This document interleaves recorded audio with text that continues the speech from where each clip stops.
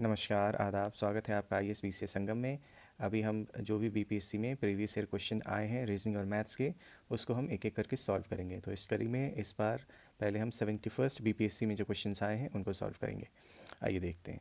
देखिए, पहला सवाल ये है, इसमें हमें कह रहा है कि 4 ऑप्शंस दिए हुए हैं और 4 ऑप्शन में से जो भिन्न ऑप्शन है हमें उसको ढूंढना है। देखिए, बहुत ही आसान सवाल था। देखते जाते हैं। ये क्या है? सूक्ष्मदर्शी यंत्र, माइक्रोस्कोप। दूसरा क्या है? दूरबीन, टेलीस्कोप। तीसरा क्या है? स्टेथोस्कोप। ठीक है। और चौथा क्या है? पेरिस्कोप, परिदर्शी यंत्र। अब देखिए, इस तरीके के जो सवाल आते हैं ना, इसमें हिंदी इंग्लिश दोनों पढ़ना जो है ना, वो बड़ा एक तरीके से आपके लिए फ़ायदेमंद होता है। आप यहीं पे गौर फरमा के अगर देख लीजिए तो यहाँ क्या आ रहा है आपको? दर्शी। ठीक है। दूरबीन आपको पता है, दूर का देखना, ये भी दर्शी, कहीं ना कहीं देखने से संबंधित है। ये क्या है? ये परिदर्शी। देखिए यहाँ पे भी। और यहाँ क्या आ गया? स्टेथोस्कोप। इसमें लिखा भी हुआ है श्रावक। श्रावक, श्रावक मतलब क्या होता है? सुनने के लिए। तो अंग्रेजी वाले लोग, यहाँ पे हिंट आपके लिए अंग्रेजी में नहीं हिंदी में था, तो इसलिए हिंदी की तरफ भी निगाहों को दौड़ाया कीजिए। ठीक है। तो इसका सही आंसर क्या आ जाएगा? ये सी हो जाएगा, स्टेथोस्कोप। ये एक सबसे अलग है, ये सुनने का है, बाकी सब देखने के हैं। ठीक है। अगला देखते हैं। कोडिंग डिकोडिंग से क्वेश्चन आया था ये। ठीक। अब आपको सवाल जो पूछते हैं ना, उसमें क्या करेंगे कि कुछ ना कुछ कोड बना के दे देंगे और उससे संबंधित जो आपसे अगला वर्ड है उसके बारे में पूछ देंगे कि इसमें क्या कोड लिखेंगे। तो इसमें बहुत डिफरेंसेस नहीं था, ये सीधा सीधा सवाल था। और एक मेरा सजेशन होगा कि आप लोग ना इसको इस तरीके से याद करके रख लीजिए, ए से लेके जेड तक। और अगर याद नहीं भी कर रहे हैं तो पेपर जैसे मिलता है ना, उसको लेके लिख लीजिए। कहीं ना कहीं काम कर ही देगा आपको। याद करने की अगर बात करें तो आप ऐसे याद कर लीजिए, A1 B2 C3 D4 E5 F6 G7 H8, ऐसे आप याद करके रखेंगे तो आपको उसका फ़ायदा एग्जाम में मिल जाएगा। अब देखिए, आइए इस सवाल को हम सॉल्व करते हैं। क्या है हमको मिला हुआ? इसमें क्या लिखा है? Spring, SPRING। अब इससे देखिए, इस चार्ट से, एस क्या है? 19, पी क्या है? 16, आर क्या है? 18, आई 9, एन 14 और जी क्या है? 7। इसको हमने क्या लिखा है? UNUFRC। अब देखिए, यू कितना है? 21, एन कितना है? 14, फिर यू कितना है हमारा? 21, एफ कितना है? 6, आर कितना है? 18 और सी कितना है? 3। अब एक बार हमने जब संख्याओं को लिख लिया तो हम इसका डिफरेंस देख लेते हैं। ये क्या है? 19 और 21, ये कितने का डिफरेंस है? 2। 16 4 कितना है? 4। ये कितना है? 3। ये कितना है हमारा? ये भी हुआ 3। ये कितना है? 4 और ये कितना है? 4। ठीक है। तो मोबाइल में एम को देखिए कितने पे आ रहा है? 13 पर। और डिफरेंस कितना है हमें? +2 है। +2 है ना, आगे भी श्रृंखला जो है वो आगे भी जा सकती है और वो पीछे भी आ सकती है। तो +2 हम करेंगे तो क्या मिलेगा हमको? ओ। अब ऑप्शन देखिए, इस दोनों में से ही कोई एक होगा। ये दोनों कट गया। ठीक है। अब देखिए, एग्जाम में टाइम बचाने के लिए भी आपको ये करना रहता है, एक एक शब्द का निकालने की ज़रूरत आपको नहीं है। ओ एम एम आपको देखिए कॉमन है। इसके आगे का आप देखिए, अगला शब्द क्या है? इसमें 3 का डिफरेंस आना चाहिए। ठीक है। अगला कौन सा है? बी। बी में क्या करना है? +3 करना है। बी से +3 करिए, 1 2 3, क्या आ रहा है? ई मिल रहा है। ओ एम के बाद से क्या मिलेगा? ई। ठीक है। ये सीधा हमको आंसर मिल गया। आप कैलकुलेट अपने हिसाब से कर सकते हैं, लेकिन आप देखिए इस चीज़ का ध्यान दीजिए कि आपको एग्ज़ाम जो होता है ना बीपीएससी में, 150 क्वेश्चन है। आपको 150 क्वेश्चन में 10 क्वेश्चन आपको ये मिल रहे हैं रीजनिंग वाले, और आपको इसको सॉल्व करना है 120 मिनट के अंदर। तो आपको सवाल सॉल्व करने के लिए जितना ज़्यादा से ज़्यादा, मतलब आप अपना दिमाग लगाइए और कम से कम टाइम में इसको सॉल्व करिए। तो ये सब तरीका जो हम बता रहे हैं, इसमें आप कम से कम टाइम में सॉल्व कर पाएंगे। ठीक है। कोई ऐसा नहीं है कि स्टेप मार्किंग मिलने वाला है, ऑप्शन मार्क करना है। जल्दी से जल्दी ऑप्शन तक पहुंच जाइए, आप सही मार्क कर देंगे, आपको आंसर मिल जाएगा। ठीक है। चलिए अगला सवाल देखते हैं। ये ब्लड रिलेशन का सवाल है।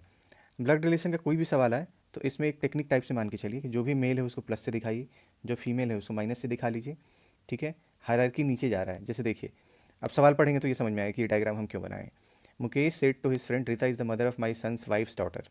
मुकेश ने अपने मित्र से कहा, रीता मेरे पुत्र की पत्नी की बेटी की माँ है। कोई बात नहीं, चलिए, कुछ समझ में नहीं आया, अब शुरू करते हैं, लिखना शुरू करते हैं। सबसे पहले मुकेश ने अपने मित्र से कहा, चलिए क्या कहा था? रीता मेरे पुत्र की पत्नी की बेटी की माँ है। ठीक है। तो रितेश का पुत्र, आपने ये सॉरी, मुकेश का पुत्र, तो ये मुकेश हो गए, मुकेश के पुत्र आपने ये बना लिया।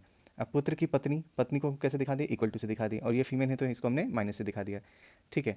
अब फिर क्या है? पत्नी की बेटी है, पत्नी की बेटी है तो इसको माइनस से दिखा दिया।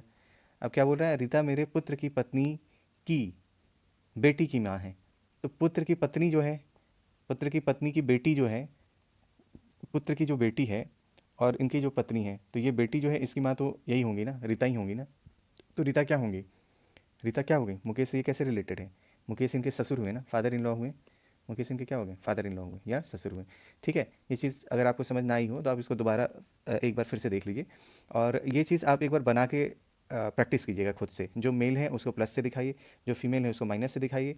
मुकेश का बेटा है तो यह देखिए हायरार्की नीचे आई है, और इनकी वाइफ है, मतलब ये दोनों इक्वल फुटिंग पे हैं तो यहाँ पे इक्वल दिखा दिया गया। इनकी ये बेटी है तो फिर हायरार्की नीचे गया है। ठीक है, ऐसे करके आप बनाएंगे तभी आप सही तरीके से आंसर पे पहुँच पाएंगे। अगला देखते हैं। अब डायरेक्शन सेंस का क्वेश्चन है। ये सवाल आपको खूब खूब मिलता है, और एक तो देखिए हमारा स्टैंडर्ड तरीका है कि आप जो है ऐसे बना लीजिए, नॉर्थ साउथ, ये तो खैर है ही आपका, ये नॉर्थ हो गया, ये साउथ हो गया, ये ईस्ट हो गया, ये वेस्ट हो गया। इसके बाद से आप डायरेक्शन का क्वेश्चन जो है उसको सॉल्व करिए। ठीक है, और दूसरा एक तरीका है कि इस सेंस को आप समझ लीजिए। आप खुद देखिए ना, जैसे ये सवाल क्या है कि राम उत्तर दिशा में जाता है, फिर दाएं मुड़ता है, फिर दोबारा दाएं चलता है और अंत में बाएं जाता है। इसमें डिस्टेंस वगैरह कुछ नहीं दिया है, सिर्फ और सिर्फ डायरेक्शन की बात कर रहा है। तो सिर्फ अगर डायरेक्शन का सेंस लेना है तो हम ऐसे भी कर सकते हैं। अब ये देखिए, अगर कोई इंसान नॉर्थ आ रहा है और नॉर्थ आने में अगर वो दाहिने मुड़ता है तो वो कहाँ पहुँचेगा, ईस्ट पहुँचेगा। और नॉर्थ आने में अगर वो बाएं पहुँचता है तो कहाँ जाएगा, वेस्ट जाएगा। ठीक है, अब इसी चीज़ को हमने यहाँ डायग्राम में दिखा दिया है।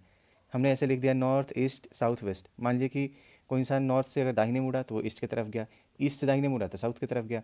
ठीक है, तो ये जो ब्लू कलर वाला है ये दाहिने मुड़ने को दिखा रहा है, और ये जो ग्रीन कलर दिखा रहा है ये बाएं मुड़ने को दिखा रहा है। जैसे मान लीजिए कि अगर कोई नॉर्थ की तरफ गया और बाएं मुड़ा, कहाँ से, नॉर्थ की तरफ जा रहा है और बाएं मुड़ा तो कहाँ पहुँचेगा, वेस्ट डायरेक्शन में पहुँचेगा। देखिए ये नॉर्थ से कहाँ गया, वेस्ट गया है। ठीक है, अब आइए इस सवाल को सॉल्व करते हैं। ये क्या कह रहा है, राम पहले नॉर्थ जाता है, नॉर्थ जाने के बाद से टर्न्स राइट, मतलब ये नॉर्थ है, नॉर्थ जाने के बाद से राइट टर्न करेंगे तो ये कहाँ पहुँचेंगे, ईस्ट पहुँचेंगे। देखिए खुद देखिए आप, नॉर्थ है, नॉर्थ से अगर राइट टर्न करेंगे तो कहाँ पहुँचेंगे, ईस्ट पहुँचेंगे। फिर क्या है, अब यहाँ से क्या जाते हैं, देन गोज राइट्स अगेन, यहाँ राइट हुए, फिर यहाँ से राइट जाएंगे तो कहाँ पहुँचेंगे, साउथ जाएंगे।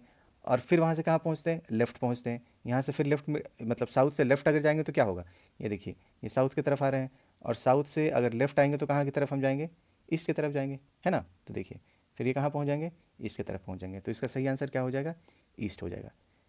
ठीक है, अब इसमें क्या है, अल्फ़ाबेटिकल ऑर्डर दे दिया आपको कि अल्फ़ाबेटिकल ऑर्डर में सजाना है।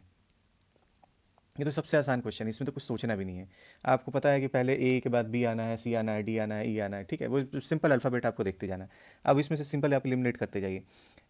एम एम सब में है, ठीक है, एम के बाद से इसमें क्वेश्चन क्या है हमारा कि सबसे लास्ट में कौन सा शब्द अपीयर होगा।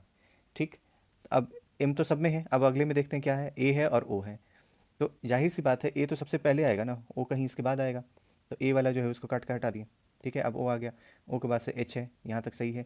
फिर उसके बाद से क्या आ रहा है, ई आ रहा है, और फिर क्या आ रहा है, आई आ रहा है। तो कहीं ना कहीं ई पहले आएगा, फिर आई बाद में आएगा। तो जो ई वाला है ये एलिमिनेट हो गया, ये कौन सा है, आई वाला, ये आ गया आंसर। ठीक है, अब देखिए ये पूछा है रैंकिंग पे सवाल। इस तरीके का सवाल भी खूब पूछा जाता है, जिसमें आपसे पूछ देंगे कि ये आगे खड़ा है, ये पीछे खड़ा है, तो ये बताइए कौन से स्थान पे खड़ा है। ठीक है, अब देखिए इसको करने का तरीका। इसमें क्या बता रहे हैं हमको कि नितिन जो है वो जोगिंदर से 7 स्थान पहले खड़ा है। मतलब कहीं ना कहीं अगर यहाँ पे जोगिंदर जी होंगे, ठीक है, तो नितिन जो होंगे इनसे 7 स्थान पहले खड़े होंगे। ये हो गए नितिन हमारे। ठीक है, और टोटल कितने लोग हैं इसमें, 39 लोग हैं, ये दिया हुआ है, इतना हमको पता है। अब हमसे पूछ रहे हैं कि नितिन का रैंक क्या होगा फ्रॉम द बिगिनिंग। यहाँ कोई पहले होंगे तो पहले से नितिन का कौन सा रैंक होगा, इसको हमको निकालना है। ठीक, क्लियर हो गया क्वेश्चन। अब देखिए इसको कैसे निकालेंगे। हमको क्या बोला हुआ है कि जोगिंदर जो है ये 17वें हैं, अगर हम यहाँ से काउंट करते हैं, यहाँ से काउंट करके हम यहाँ पहुँचते हैं तो फिर क्या है, जोगिंदर 17th है। तो अगर हम इधर से काउंट करेंगे तो जोगिंदर कितने, अगर हमको ये पता चल जाएगा तो नितिन का सामने से बिगिनिंग से कौन सा रैंक है वो हम बता पाएंगे। ठीक, तो जोगिंदर सामने से किस रैंक पे है, इसको निकालने का तरीका देखिए। टोटल कितने हैं, 39 हैं। ठीक है, 39 माइनस 17 अगर हम करेंगे तो हमको मिल जाएगा कि सामने से कौन सा स्थान है, जोगिंदर का। मिल जाएगा ना, नहीं नहीं मिलेगा। क्यों नहीं मिलेगा, देखिए 17वां स्थान अगर हम माइनस करते हैं, जैसे मान लीजिए कि 39 है, 39 यहाँ से हम काउंट कर रहे हैं तो ये 17वें हैं। तो अगर हम 17 माइनस किए मतलब हम इनको भी माइनस कर दे रहे हैं, ये भी माइनस हो जा रहा है हमारे, यहाँ तक हट जा रहा है। ठीक है, हम इनको नहीं हटाना है, इनको इंक्लूड करना है। तो इनको इंक्लूड करने के लिए फिर हम क्या करेंगे, +1 कर देंगे। +1 कर दें तो अब ये इंक्लूड हो गए। ठीक है, तो अब देखिए सामने से जोगिंदर कौन से स्थान पे खड़ा होंगे, ये हमारा इससे निकल जाएगा 39 माइनस 17 प्लस 1। ठीक है, 39 माइनस 17 हमारा कितना हो गया, 9 में से 2 गया, 9 में से 7 गया 2, 3 में से 1 गया 2, प्लस 1 बराबर 23। मतलब जोगिंदर का शुरू से कौन सा स्थान है, 23वां स्थान है। ठीक है, ये चीज़ हमको मिल गया। अब हमको क्या पता है कि नितिन का बिगिनिंग से कौन सा स्थान है।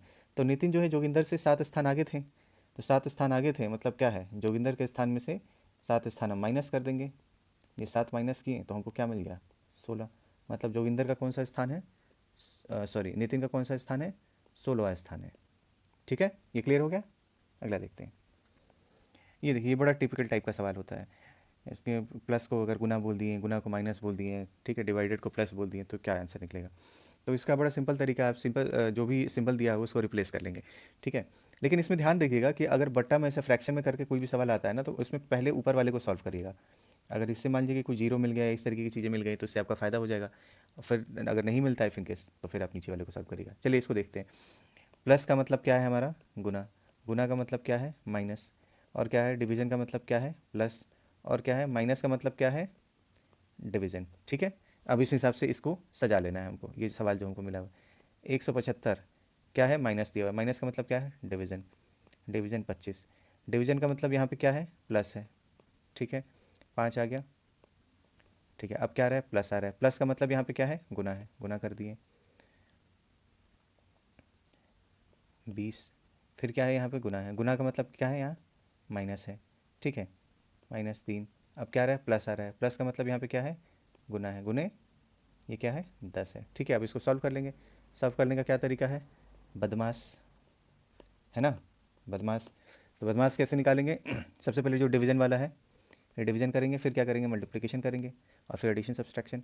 तो ये कितना आ गया हमारा, 25 से 175 कितने बार में गया हमारा, 7 बार में, ये गया प्लस 20 25 100 माइनस 3 × 10 कितना का आ गया, ये 30 आ गया। ठीक है, ये चीज़ कर लिए हम। अब हमको क्या मिलेगा, प्लस माइनस एक साथ कर सकते हैं, कोई दिक्कत नहीं है। 100 में से 30 गया, कितना आ गया, 70 + 7 77, 77 सीधा सवाल आ गया आंसर। ठीक है, ये सब सवाल का जवाब जो है ना, आप सोचिए कि आपको 1 मिनट से कम का समय है कायदे से। ऑलमोस्ट ऑलमोस्ट 1 मिनट भी अगर आप दे रहे हैं इसमें, तो सोचिए कि 10 मिनट आप सिर्फ और सिर्फ इसमें दे दीजिएगा। बाकी जीएस के 140 सवाल के लिए आपको सिर्फ 110 मिनट रहेगा, उसमें बबल भी भरना है। तो आपका स्पीड बहुत तेज़ होना चाहिए। इसलिए जो हम तरीका बता रहे हैं, जो अप्रोच बता रहे हैं, बिल्कुल ऐसे ही आप अप्रोच करिएगा, ताकि कम से कम समय में आप जवाब तक पहुँच पाएँ। बाकी स्टेप बाय स्टेप आप सोल्यूशन निकालते होंगे, वो करते रहिए, पढ़ते रहिए, लेकिन एग्जाम में उसका कोई मतलब नहीं। स्टेप में जाइएगा, फिर बिना मतलब परेशान होइएगा। ठीक है, आगे देखते हैं। देखिए, उम्र वाला जो भी आपको सवाल आएगा, उसमें ये आपसे 2 3 बातें करेंगे।